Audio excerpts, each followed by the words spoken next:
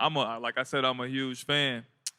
Your first WrestleMania moment when you came over from WCW and you had your chance to be at WrestleMania. We here WrestleMania weekend. What was your first moment like?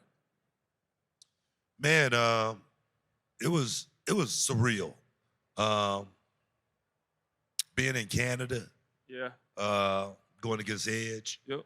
Um, I remember walking out the curtain, and I remember before I walked out the curtain, and I remember Undertaker. He was sitting in what we call the gorilla position. And he said, "Make sure you take it all in." And I really didn't think about that before he said that. And then I walked out on stage, and I stopped, and I just looked around.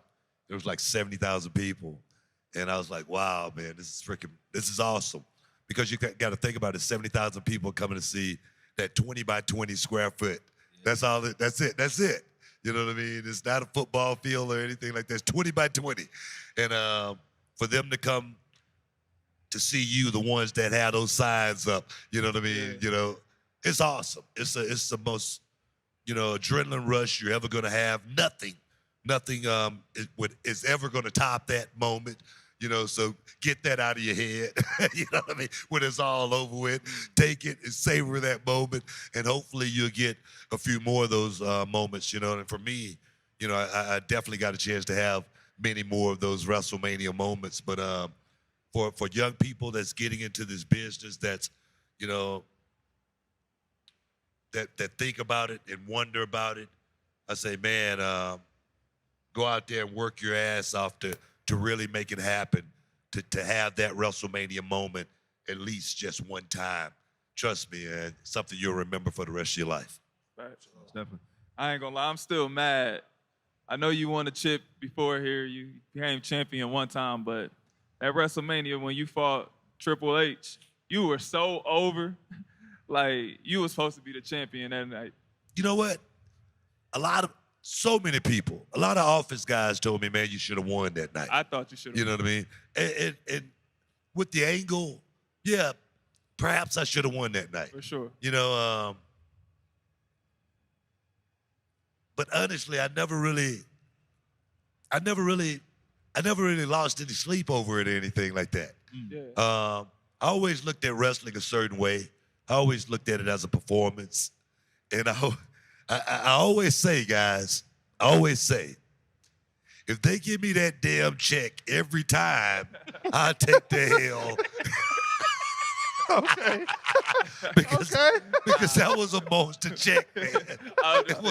You feel me? Yeah. Hey, he took the sunglasses off. That's real. And I need that chicken. Run that bag for sure. Yeah. Come on. I feel that. I definitely feel that. No. All right, but you did win the championship. No, but I tell you what, I left everything in the ring that night. No, you did. I went out and performed my ass off. I didn't win, but I still won. Because I'm a kid from South Park, Texas, who dropped out of school in the 10th grade, who went to prison, all right, got locked up, came out, and found myself in the main event of WrestleMania. All right? Yeah. Damn it. That's a success win. story. Yeah. That's a win. Nah, for Any sure. way you look at it. Yeah. Any way you look at it, that's a win.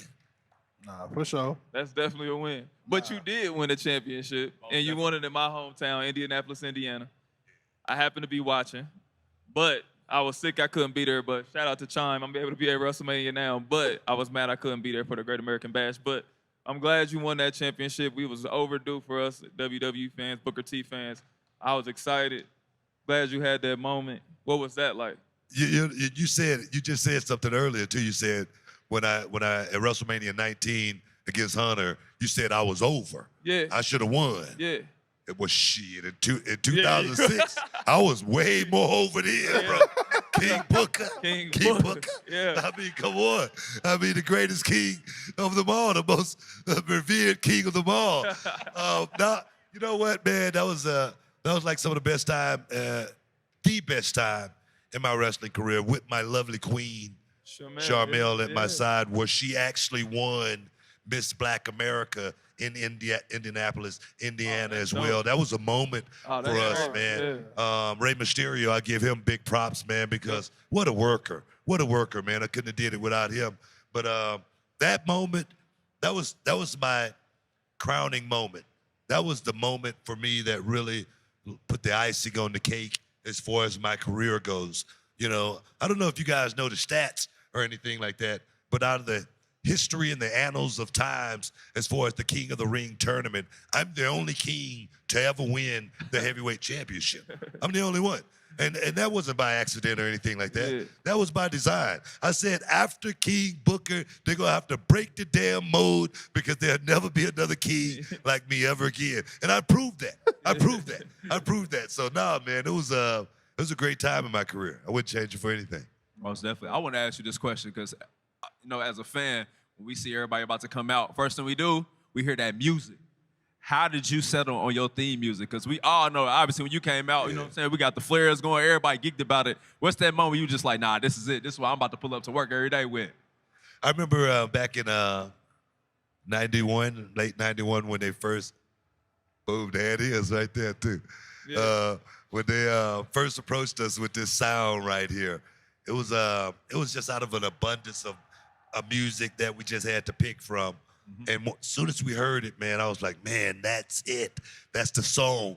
Just because I wouldn't, it's very, very important as far as the music you have, your name, like such as Booker T and Stevie Ray, championship names. We wanted championship music as well. And I wanted everybody, all of the fans, to have an experience when they heard that music. And that music was so unique. It wasn't rap, you know what I mean? It had its own feel, its own flavor.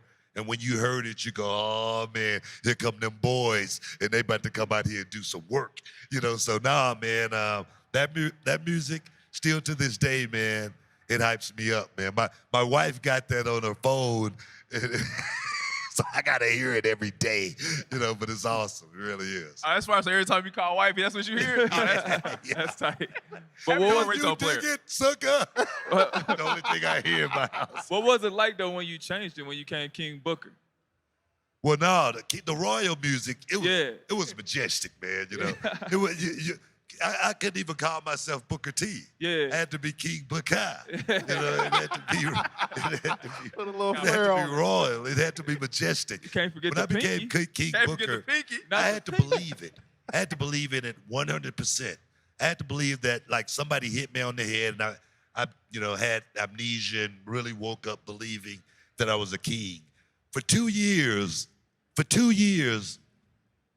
after I was King Booker, I could go to a restaurant and I would never pay for a meal.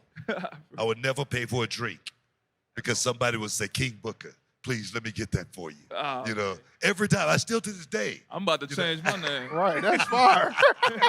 That's fire. You know, so nah, man, it was so cool playing that role. Plus, I was thinking about Hollywood at that time, and I was thinking about, man, some director, some producer, they gotta be watching this. Yeah, They gotta be seeing. Oh man, you know, this is some great work, you know. So, nah.